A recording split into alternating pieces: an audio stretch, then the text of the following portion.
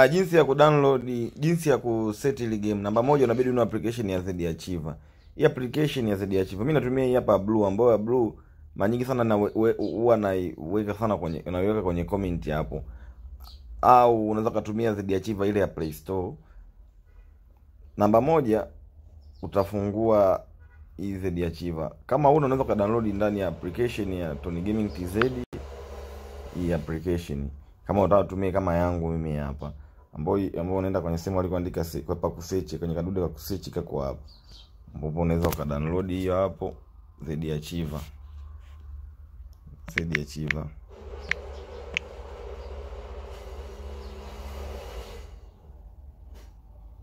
hii hapa, unaweza ka download hii,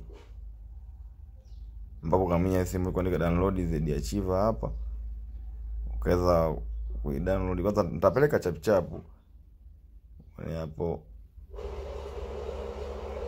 utamenya download link, utakuja hapo utamenya download, kukurudisha unarudi nyuma, utamenya tena download hapo,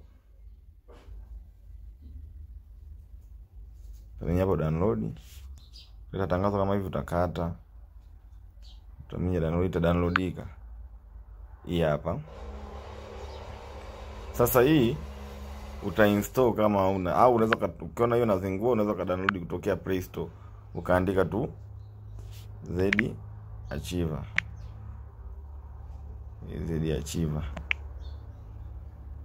ukaisearch hiyo hapa, ZD Archiver application hiyo. ZD Archiver ni hiyo hapo, ukaidownload. Kwa hiyo utachagua wewe moja hapo. Mimi tayari ninayo, ninatumia ile ambayo ya Blue, ambayo nimedownload katika application ya Tony Gaming TZ. Nitafungua application.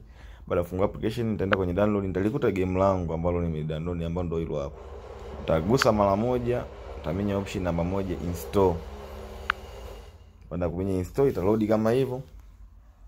Game ni yoyote, mfumo ni huu, jinsi ya kuinstall ndio hivi. Yaani application, yaani game yoyote unaweza utainstalia game application chochote kile, utainstall hivyo tu. Sana sana ni games, ukiinstalia ZD Archiver inakuwa vizuri sana, kwa sababu ZD Archiver huwa kidogo ipo good. Kwa hapo utasubiria hapo mpaka ise kuleta neno hilo la install. Baada hapo utamenya install game lolote, utainstall hivyo.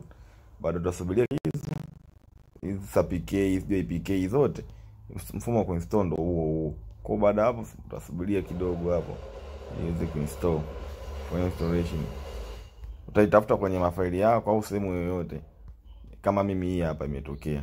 Kwa ndio hivyo jinsi ya kuinstall.